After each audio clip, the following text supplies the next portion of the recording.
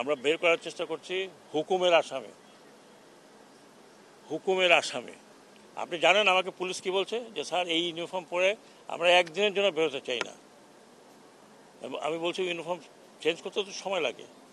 তো আমি যারা ছাত্র কোটা আন্দোলনের মধ্যে ছিলেন তাদেরকে বলি আপনারা আমাকে ডিজাইন দিন ইউনিফর্ম এবং ব্যাচ। আপনারা ডিজাইন নিয়ে আসেন যত তাড়াতাড়ি সম্ভব। I want to change this uniform. এবং আমি এটাও বলতেছি আপনি যে প্রশ্নটা করেছেন তাদের সবার লিস্ট আমাদের কাছে আছে। আপনারা 2-1 দিনের মধ্যে অ্যাকশন দেখবেন। কারণ আমি তো এটার মালিক না, আমি সাইন করতে পারি, এটা 2টা ধাপ গিয়ে তারপর এটা হবে। আশা করি আজকে বা কালকের মধ্যে আপনারা খবর জেনে যাবেন। আমি আবার বলছি আপনারা আমার সাথে অনেক সহযোগিতা করেছেন, হয়তো আমার এই মাঠের কাজ প্রায় শেষ, এরপরে আপনাদের সাথে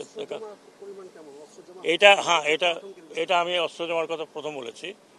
আবার বলছি এই প্রথমত হচ্ছে প্রহিবিটেড বোর, যেটা আপনার কাছে থাকার কথা না, নিষিদ্ধ বোর কি বাংলা, নিষিদ্ধ বোরের যে ছিনতাই হয়েছে বা লুট হয়েছে যার কাছে আছে, আমি বোধহয় বৃহস্পতিবার পর্যন্ত সময় দিয়েছিলাম, 7 দিন সময় তো মনে নাই, আপ টু থার্সডে আপনারা জমা দিন। যদি জমা না দেন, যদি ধরা পড়েন ওই অস্ত্র নিয়ে, তাহলে আপনাদেরকে 2 রকমের মিনিমাম আমার জানা মতে, এক যে আপনি নিষিদ্ধ বোর ছিনতাই করেছেন, 2 আপনার কাছে অবৈধ অস্ত্র পাওয়া গেছে।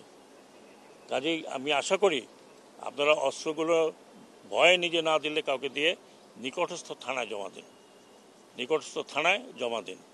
আর আমি এটাও বলতে চাই ভবিষ্যতে পুলিশ যাতে মানবিক পুলিশ হিসাবে হয় তার জন্য একটা পুলিশ কমিশনের চিন্তাভাবনা আমরা করছি। ইনশাল্লাহ পুলিশ নিজেই বলছে যে আমরা পুলিশ কমিশনের আন্ডারে থাকতে চাই, আমরা কোনো পলিটিক্যাল কারোর আন্ডারে থাকতে চাই না, তাহলে আমাদেরকে এইভাবে ইউজ করবে। এটার জন্য আমরা এই মুহূর্তে যা করতে পারি, আমরা all protection will give, all protection.